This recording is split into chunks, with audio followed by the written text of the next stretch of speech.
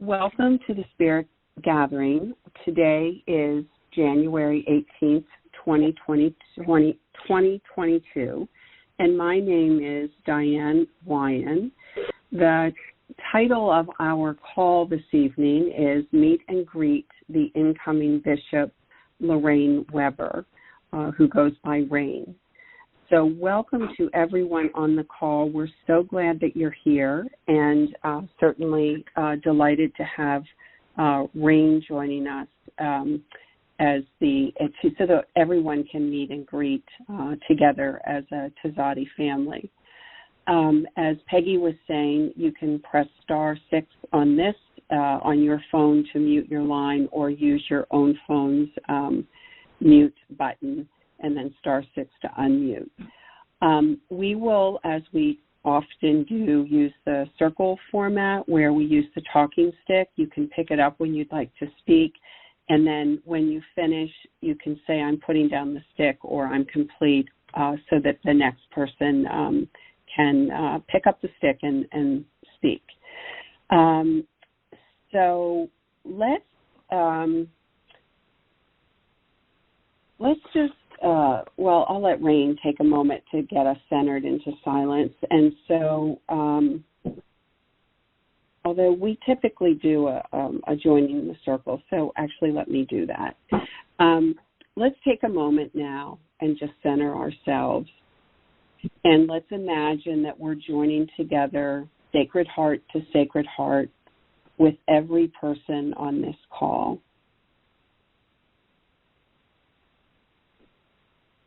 And let us imagine that we're joining together in a circle with a light or a flame in the center. And imagine a spoke of light coming from the center of the circle to your heart, and for each person on the call tonight or listening in after. We are now connected, sacred heart to sacred heart. And now let us set our intentions. We listen to one another with compassion and curiosity. We ask for what we need and offer what we can. We deepen our connection with one another and the divine. May this sharing serve us, our communities, and the planet. And so it is. So I'm very pleased to introduce Reverend Lorrain Weber. She's a longtime Tzaddi member and has had a light center through the Church of Tzaddi for over 20 years or over 25 years. And so very happy to, again, have her on the call and welcome all of you. And so, Lorrain, I think I'll just pass it to you. And if you would like to explain what your preference would be about people introducing themselves and sharing a bit about what you'd like to hear from them. I'm complete. And thanks, Diane. Oh, okay. Thank you. And I will pick up the basket. Is that kind of the talking stick? In my circle, we pick up the basket. In this one, it's the talking stick. Okay. So I will pick up the talking stick. Thank you for setting such a beautiful space. It would be wonderful, I think, if each of you might just briefly kind of speak your name. We did a little bit of that at the beginning, but not only just speak your name, but maybe one thing about being in the Tzaddi community that is exciting to you, or is fruitful for you, or you feel connected to in some way. Why Tzaddi? Why the church? And if because there's so many of us, which is lovely, if you could kind of keep it to one or two sentences. I know we could all write books about it, but I want to leave time for your questions for me as well. So maybe I'm I wrote down names as people came in, and I think I'm just going to ask you in my list here, which might also move it forward instead of waiting to see who's going to speak up and then we all speak together. So the first person I have on here is Veronica. So Veronica, could you maybe just introduce yourself, tell us where you are located, and something about your relationship to Tzaddi that you feel connected to? This is Veronica. I'm calling from New York City, West 73rd Street in Manhattan. I was introduced to the group by Sally, and I've known Sally a long time. I could do the number, but let's not. And she introduced me to the group, and I introduced a few other people. Some are staying to come to these meetings, and I find it fruitful, enjoyable, challenging. I put down the stick. Thank you. Topsoil? Topsoil here. I'm in San Francisco. I like that there's a place out there that's about metaphysics and exploring that aspect of spirit. And while we're in this earth experience, that's me. Thank you. Peggy.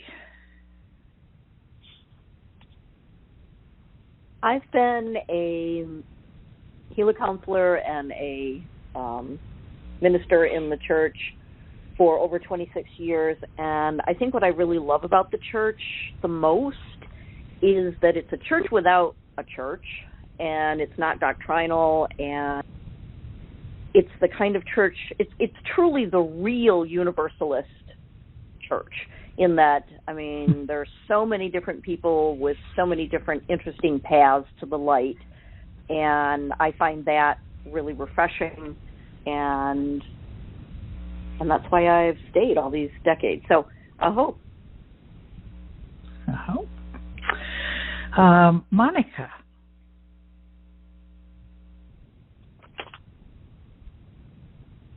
Don't forget to unmute.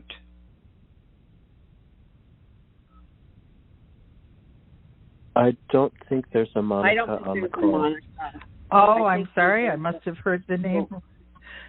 All right. Well, we'll check who I... Got it. Thank you. Teresa Jane, then. Hi, this is Teresa Jane, and I'm in Ojai, California, and I've been a healer counselor and minister with Tzaddi for probably as long as Peggy. I think we were ordained together, and I've just really resonate with the tenets of Tzaddi, and I love the inclusiveness, and I've been looking for a church for a long time since I left the Catholic Church to create spiritual community with a lot of diversity. And that's me. I put the stick down. Mm-hmm. Laura?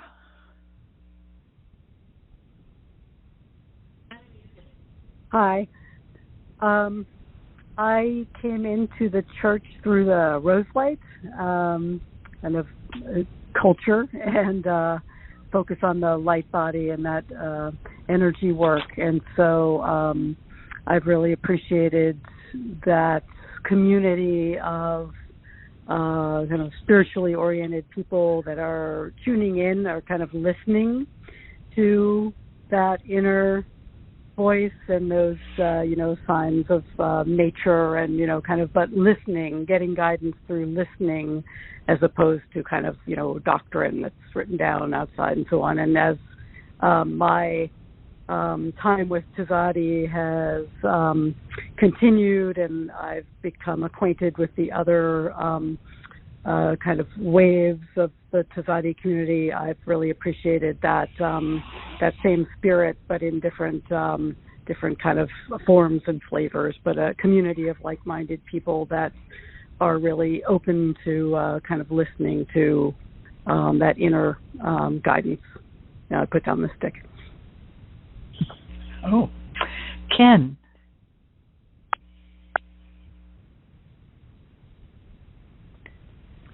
I've been with Tzaddi since I was ordained in 1980 by then Bishop Amy, and was a healing minister on site for 2 years until the decision was made for her to move back to Colorado.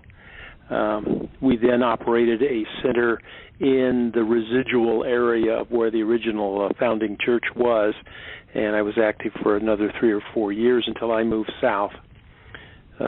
Then I crossed over and have been ordained in Unity, and I'm now currently an associate minister at Unity in Redding in Northern California.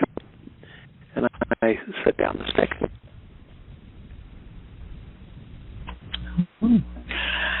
Catherine in New York.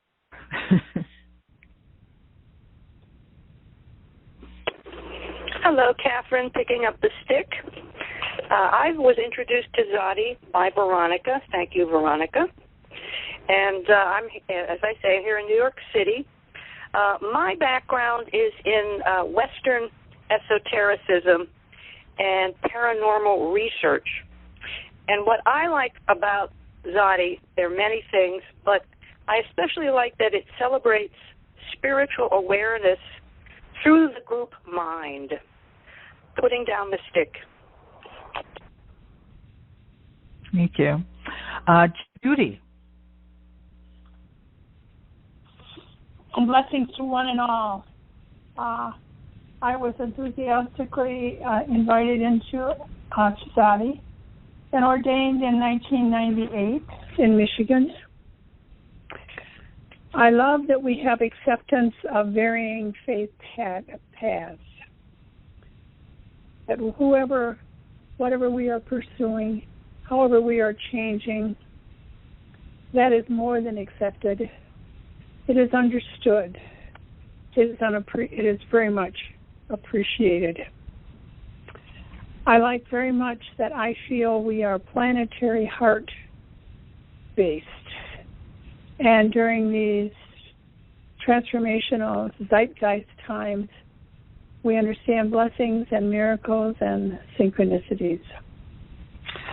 I'll put down the talking stick now. Thank you. Sue?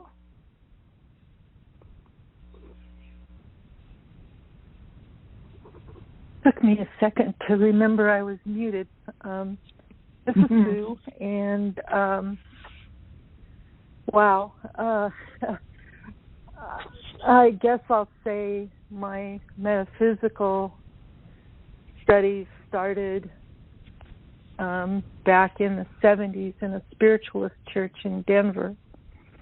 And then as I progressed through careers and various things, I felt like I was developing in my metaphysical side and curiosity. And in 1993, I was introduced to the founding Bishop Amy and began to study with her and received my healer counselor ordination in 1993. And I felt a home right away. And working with Bishop Amy and through her leadership and coaching and counsel, it all sort of came together, and I found what I was looking for, which was making it real. This is real. It isn't, and I could talk to others. It gave me tools to talk to others. And also, I feel very strongly that Tzaddi is not just on the earth plane, that it is a huge, huge organization in the ethers as well. And I really like that. I like that there is not really any doctrine, as someone else has said, others have said. It's very inclusive of all your paths. and I like the idea of supporting others in their efforts to connect with the divine and to be able to define that for themselves and support them in that, not by my definition, but by theirs. And so I put down a stick. Thank you. Thank you. Diane, is there anything you'd like to say about your relationship to Tzaddi? You introduced yourself already. Sure. This is Diane. I'm in Annandale, Virginia, outside of D.C., and I also appreciate that it's a metaphysical-focused organization, and it's based on the 21 principles that give some root to the organizational structure. And I have appreciated the opportunity to do the healer, counselor, and minister work. And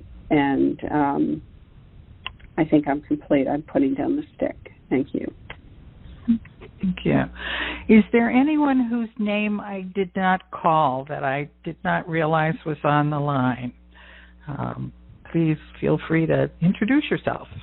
I think I may have picked everybody up, but the elusive Monica is not here. So, okay. All right. Well, thank you all, first of all, for being here.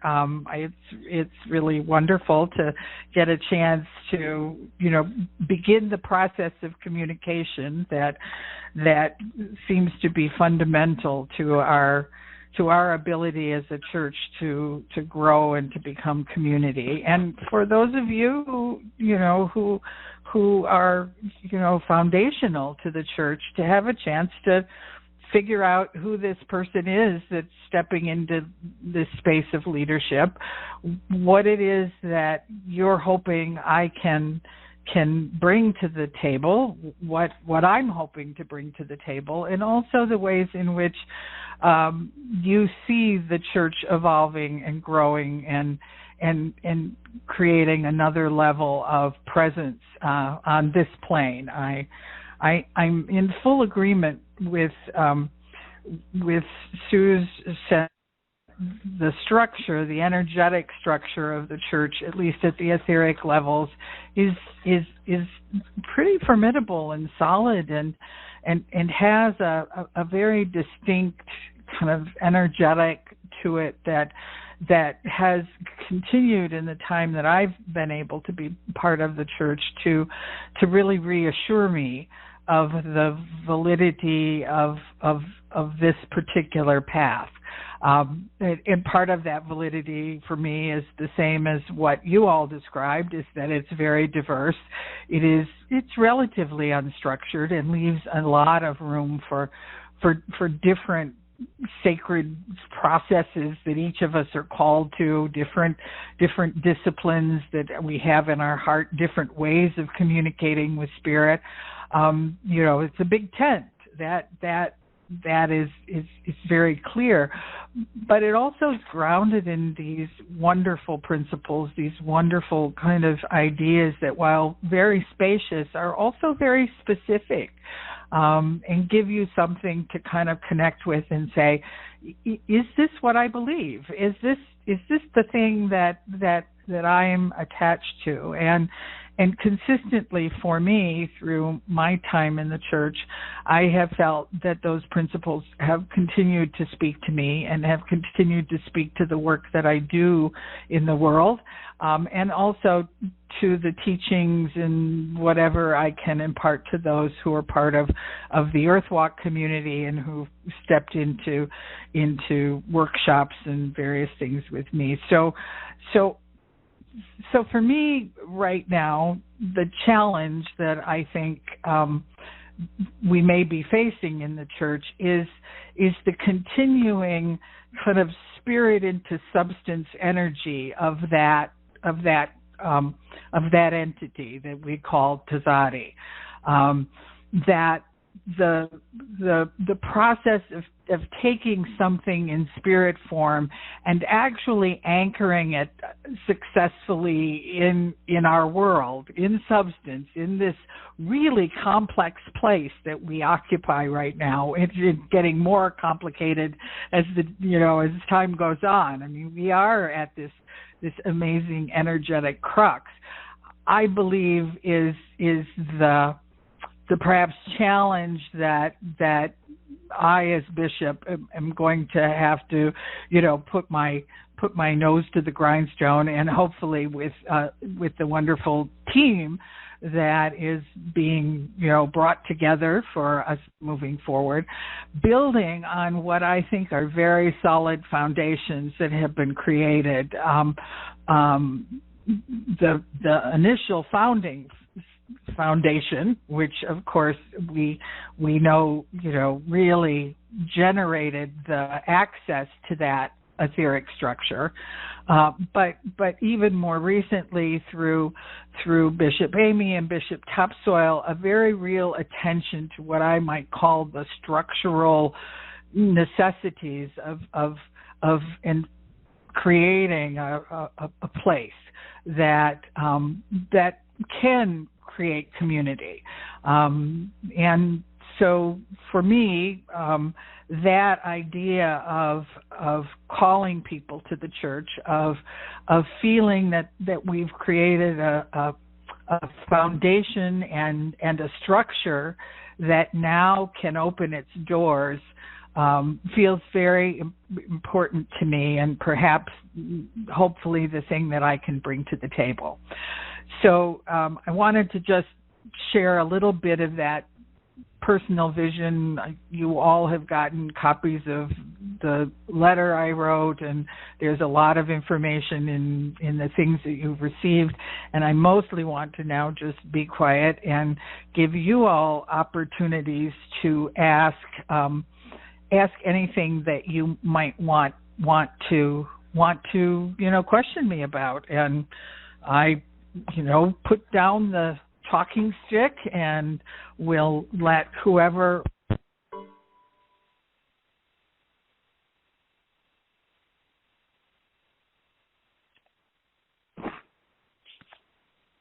Hello? Yeah, so it sounds it looks like Lorrain she did fall off. I think Rainey got bounced. Yeah. The satellite got her. We can hold space for her to come back in. She'll be back. No question.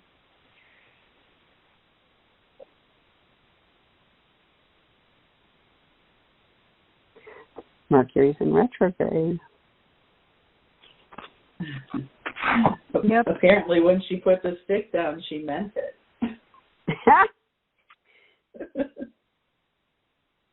A formidable incoming bishop.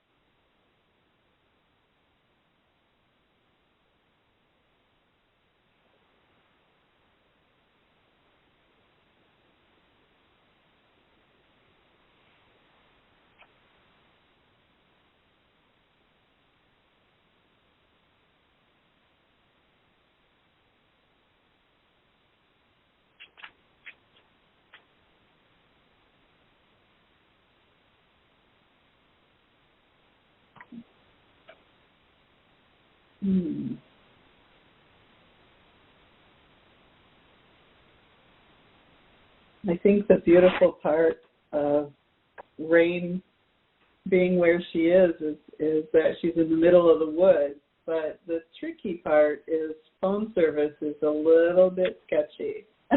So I'm sure she's doing everything she can to come back.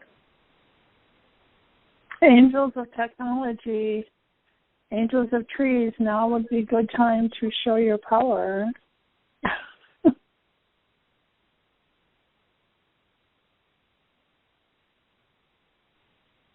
Heard.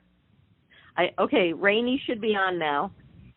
Okay. Hi, everyone. I'm sorry. I just assumed you had no questions for me. What was the last thing you heard me say? You were putting down the talking stick, and then you just disappeared. Okay. I put down the talking stick and have opened it up to your questions. So now hopefully I can hear them. Thank you, Mercury retrograde. Yes. And Pluto, too. Yeah. Mm-hmm.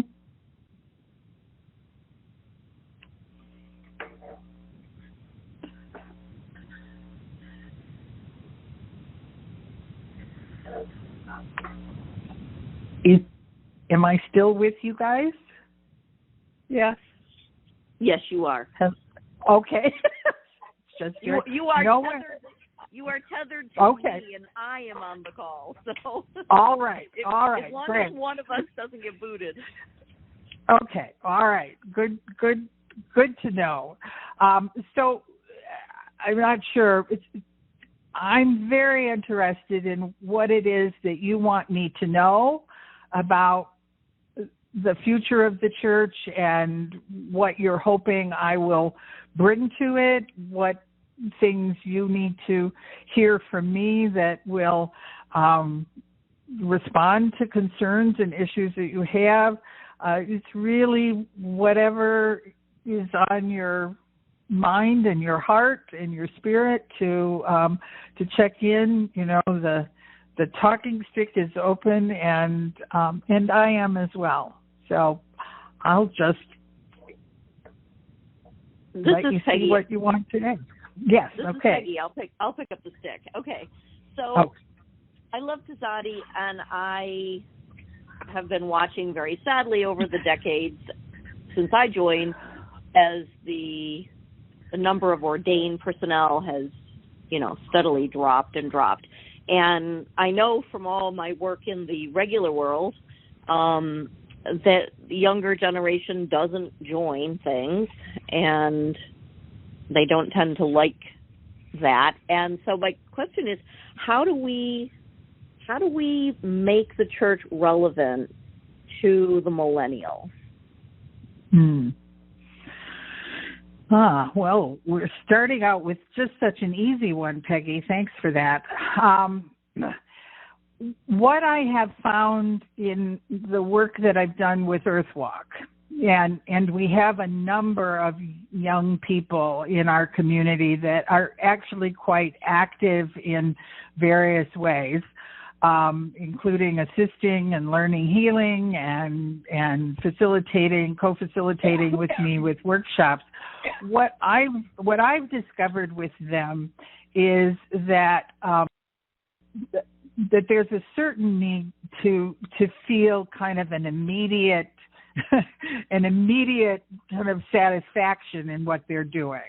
I think it is true that they're not willing to put 10 years in for the payoff. And I don't know that that's necessarily a bad thing, but it does require us to listen very carefully to what it is they want. And then one of the things I've done is to say, okay, now partner with me to get that. So that level of partnership, rather than just kind of handing them something or figuring out that I know what's best for them. Neither one of those, I think, is a successful, model. And for me, the model has been trying to, first of all, identify those young people who are searching for a spiritual path. I don't think they're not searching for a spiritual path. I think that we just have to find the spiritual path that's less about them joining and more about them discovering what it is that they really want. And then once they do that, the energy for becoming part of something larger than themselves, I think, feels less like joining and more like co-creating.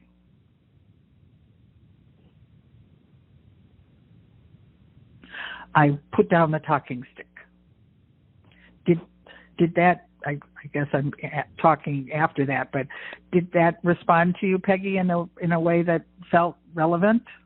Yes, I think so. And so we have to be careful in how we craft the vision for the church and put that out, and then we have to immediately ask them to partner. Mm-hmm.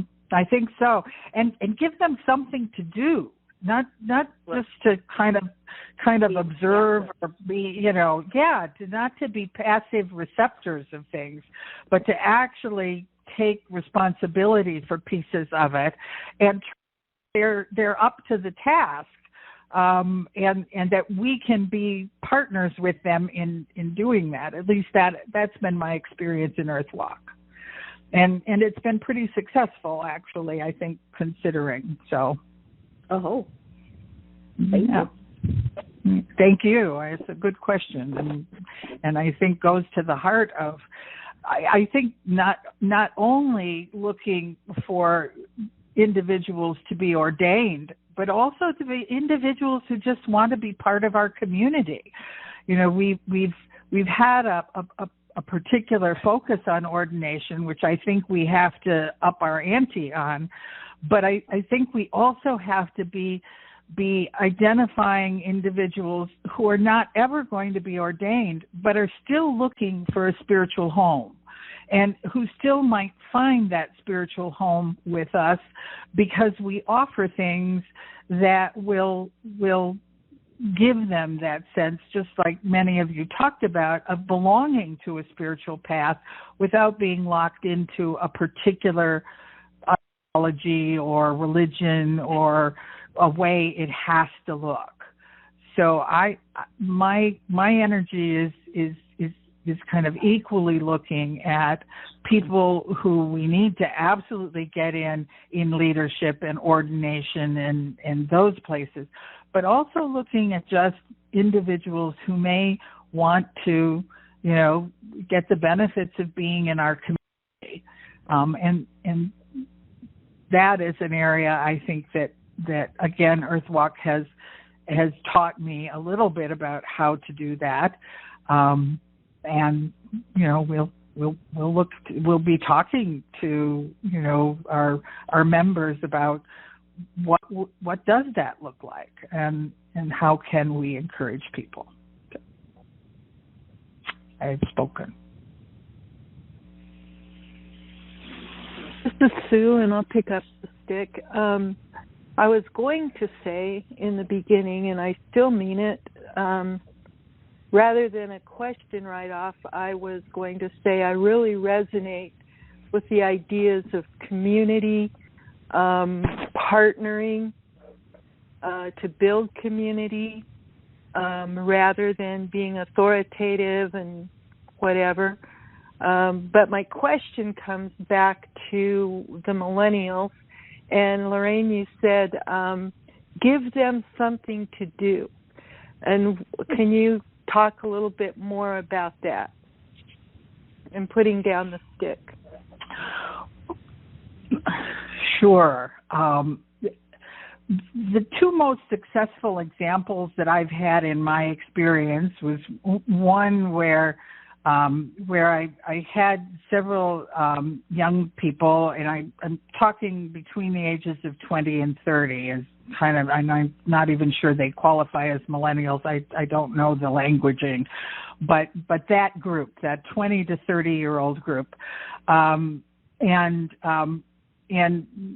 we were just, they were in a workshop with me, and they were talking to me about issues that they had, and I began to talk to them about a kind of work that I had done on that issue, and before you know it, their eyes lit up, and they said, we want to do that. And I said, well,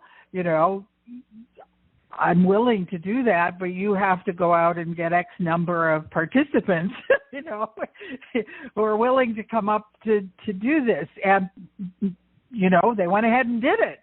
And then I had another, and before I knew it, we were doing a workshop, and Teresa Jane, who's on this call, partnered me with that for them, and we've done that workshop twice now.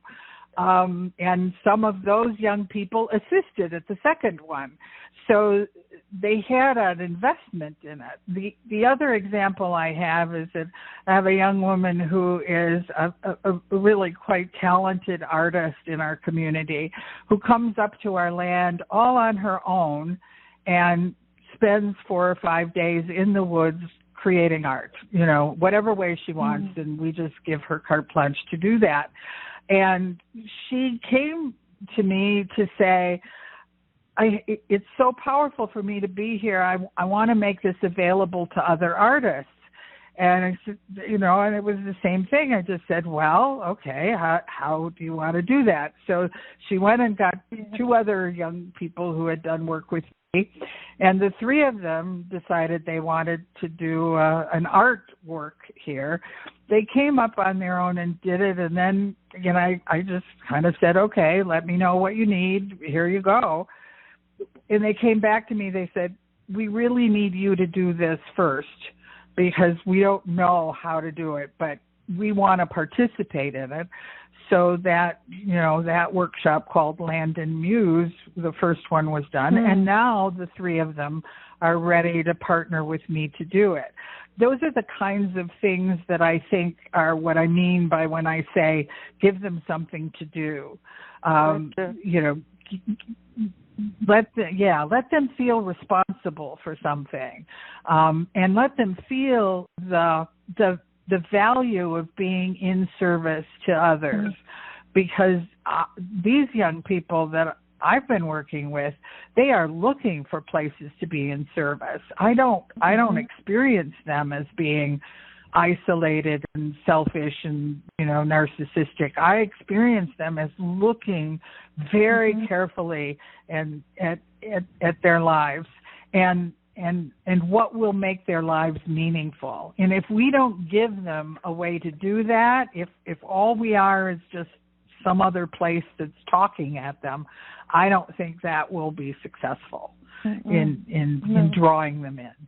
Now, I don't know how this model translates, but I think that's the big adventure we're in right now.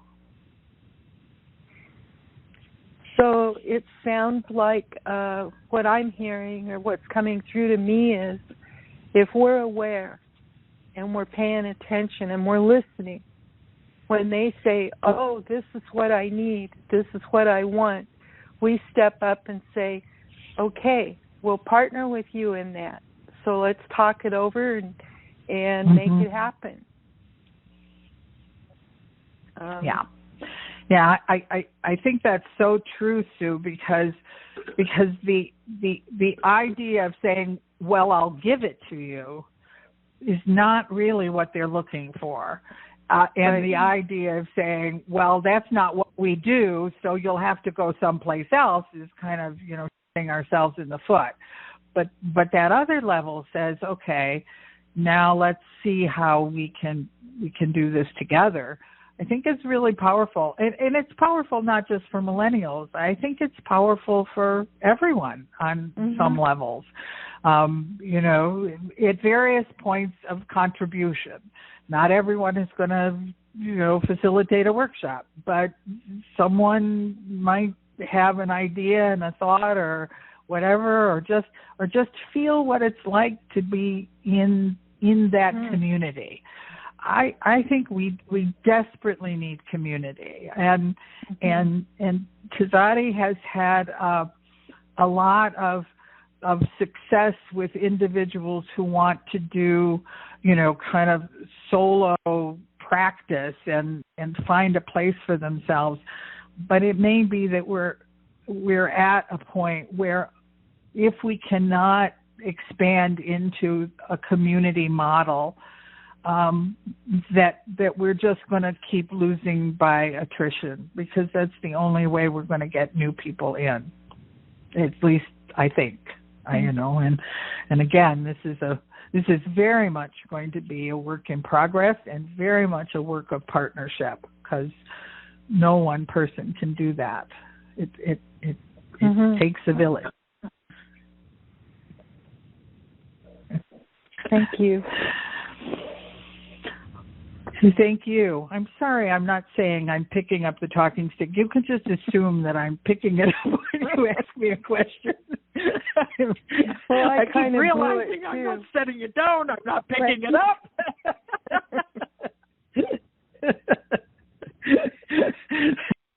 Everything you'll learn about me, I get a little fuzzy on the rules.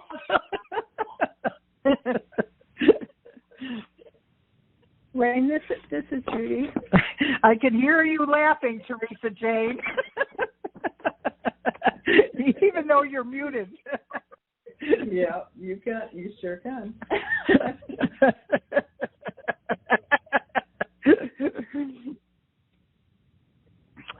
Okay. Questions, other questions, additional follow-ups.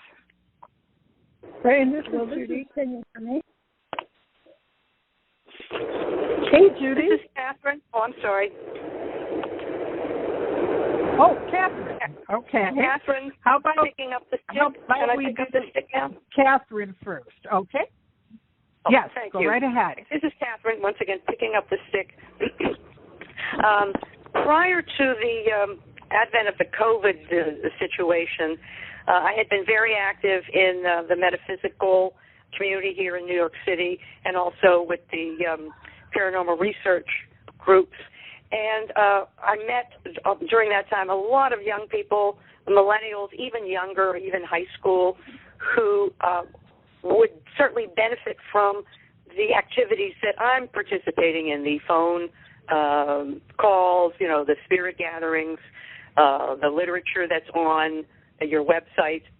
And early on I tried to, and I'm still trying to get people interested in your work, but most of my networking was done through the meetup groups and through some of the local bulletin boards, and now all of that has pretty much been disbanded. And I'm trying to find another method to reach out and get people here who, especially many people have time on their hands now because they can't work, or they're not working, or they're working from home. They can't get into their church, their traditional church, because of the COVID. And this would be a wonderful supplement and or alternative to that. So if you could come up with any ideas to help me expand that, I would certainly love to do that. Putting down the stick.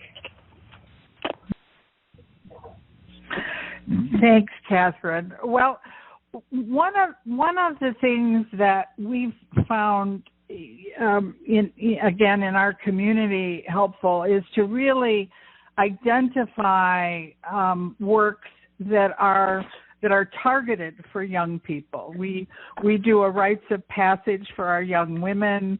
I've done kind of nature-based work with young people.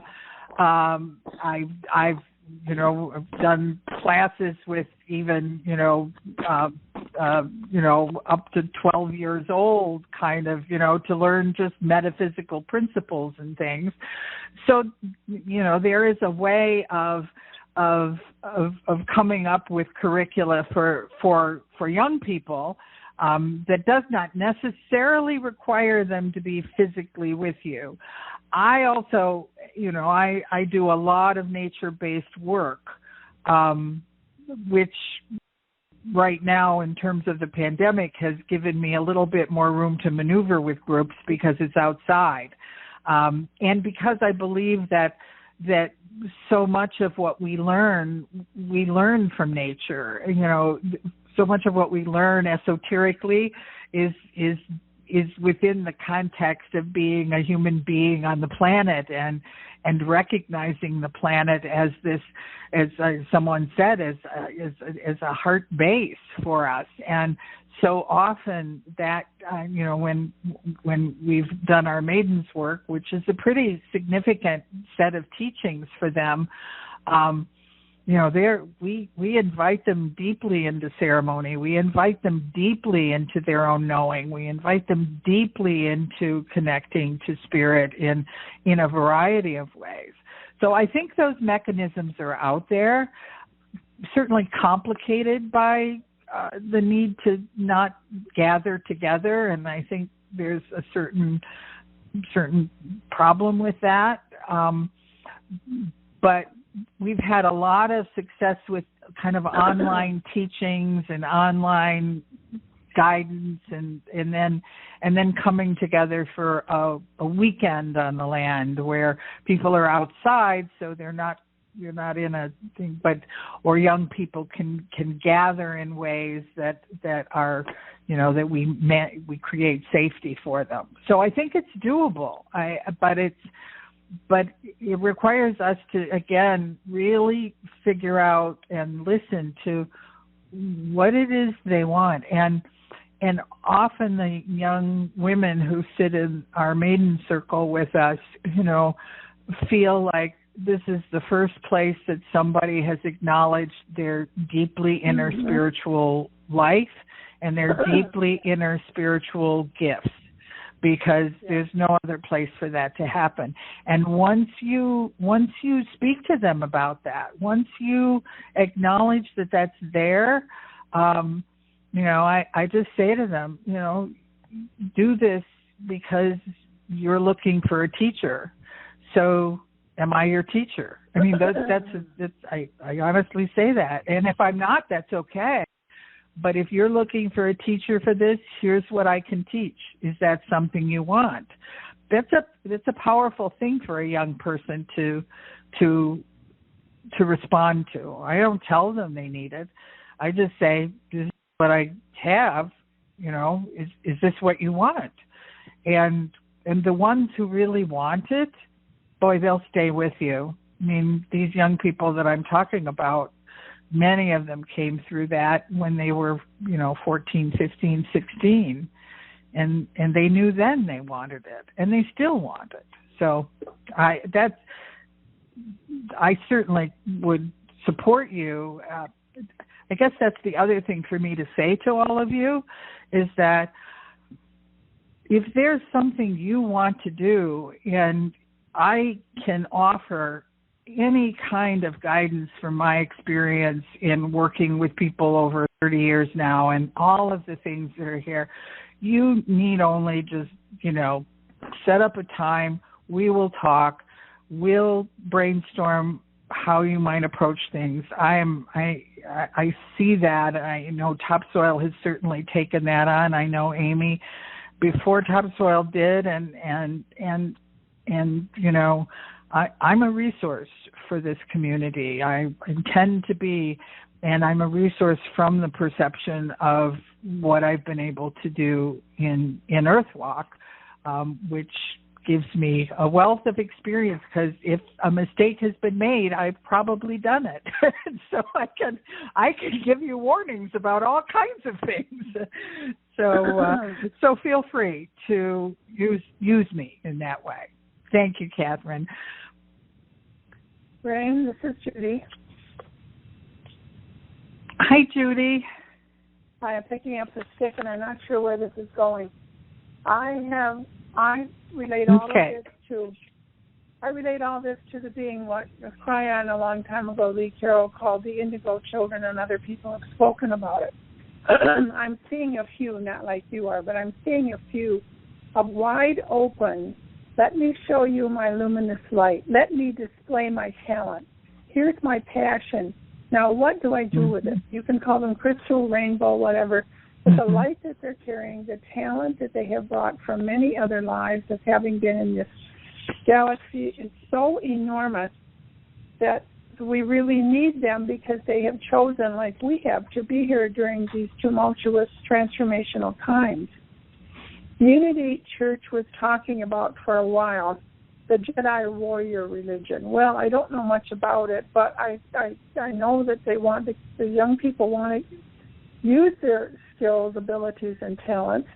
They want to be listened to, but they want to get it done, and they want to do it in partnership, and they feel that they can. So somehow, it really speaks to my heart and my mind that Tzaddi is one of the portals that they can plug into, I don't like the word plug, but one of the portals that they can enter to the be listened to be understood, and then to just allow this passion that they have to be used. I do think studies in reincarnation have to be a part of it. I think we're walking the earth and using mother and ceremony are key, pivotal elements. How this all comes together, I don't know. Ken said he was at Unity in North Carolina. Maybe he knows about the Jedi warrior religion.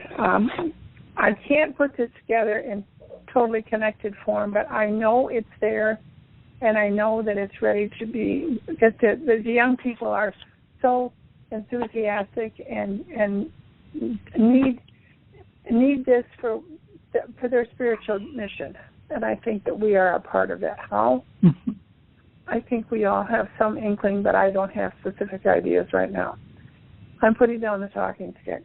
Oh.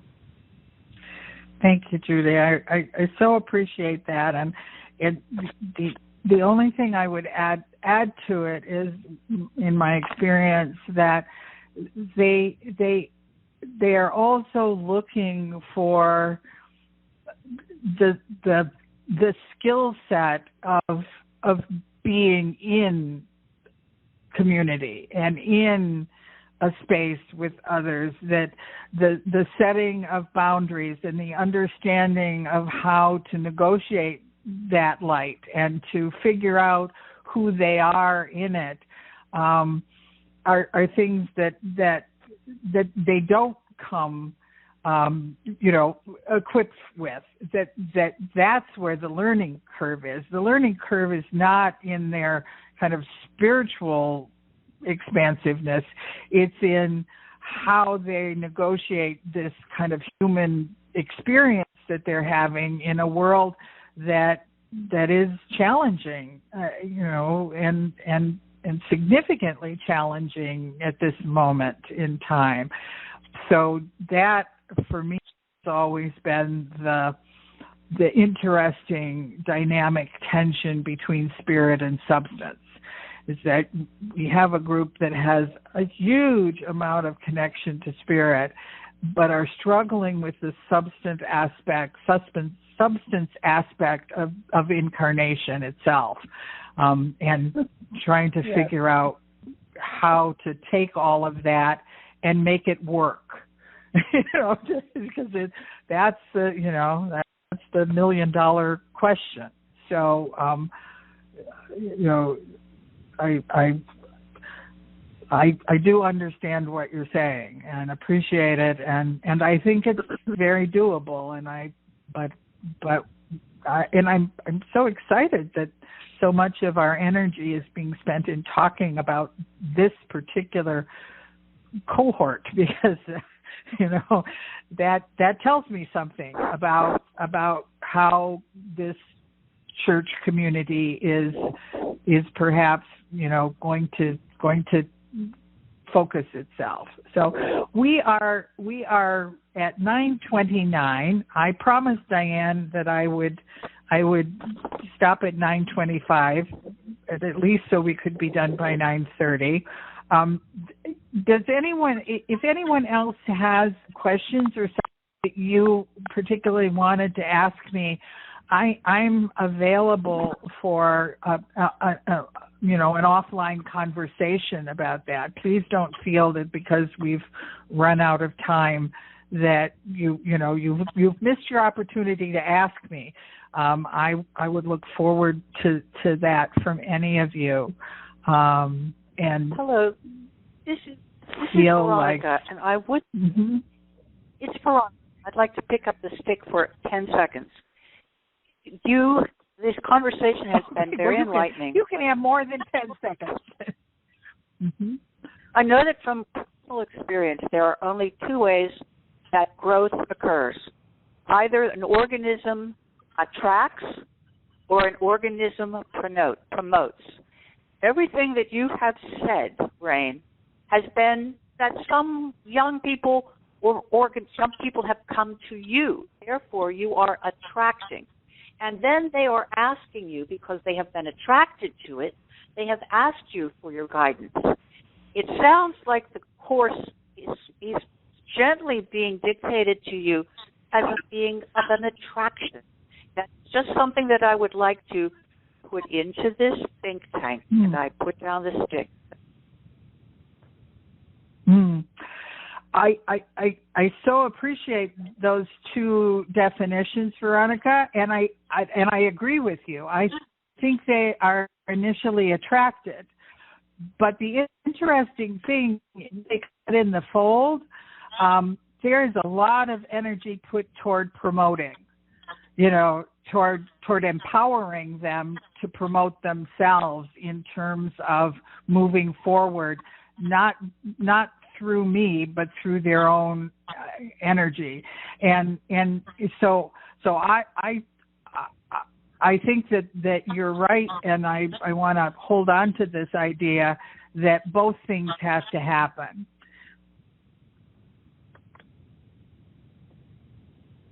I put the stick down. And I know you're trying to close this, and I just have one comment. We're talking a lot about listening to them, and also what comes to my mind is remembering to listen to Spirit also, from the standpoint that Spirit is lining us up, I believe, with these millennials. And so, well, I'll just leave it there. So just listening to inner guidance, being more aware.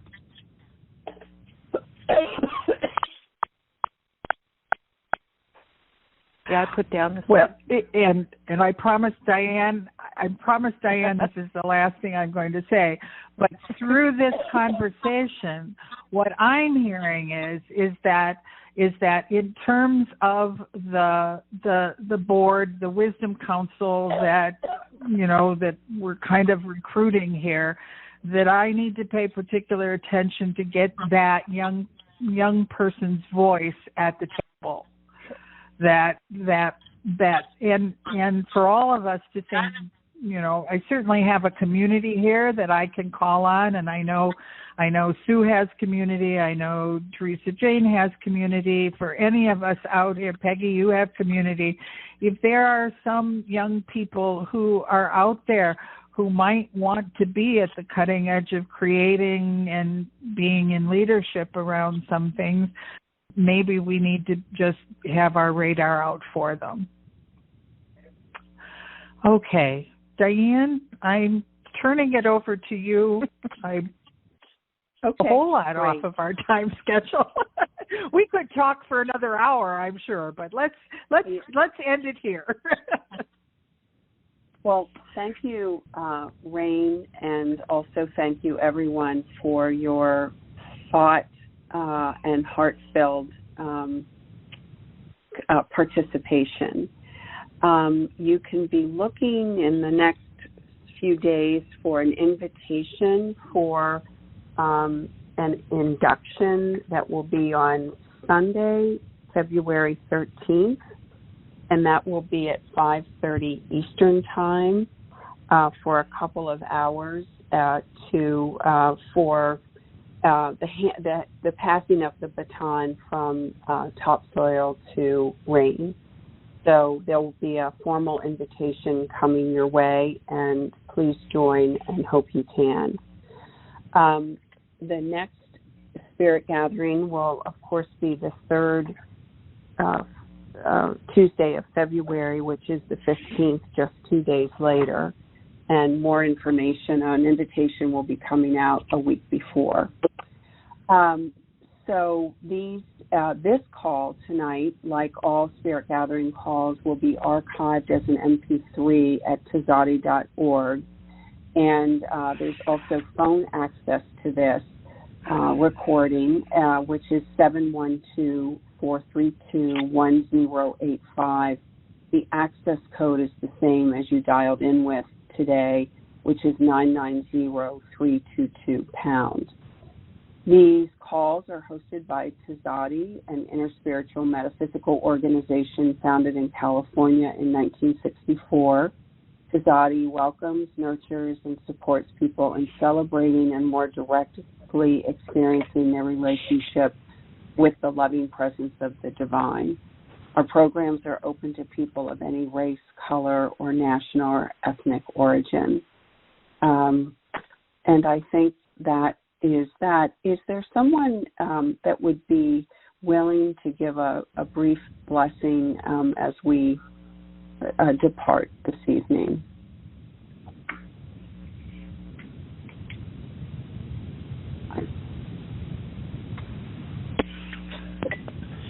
This is Ken. I'd be glad to. I would be happy.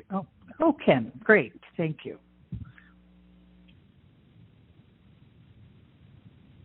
Okay. Divine Spirit, we give thanks for this opportunity to be together in spirit. Our minds are open and our hearts are filled with the blessings that we have heard this evening. We go within knowing the Divine Spirit is working through us, and as we go forward from this meeting, we have our minds filled of things that are ours to do, and we ask that through this we be blessed doing thy work on earth. And we are blessed as we are one in spirit. And so it is. With joy, happiness, prosperity, and health, we move forward. And so it is. God bless. Amen. Amen. Thank you so much. Thank you. Mm-hmm. Thank you, Reverend Kennedy.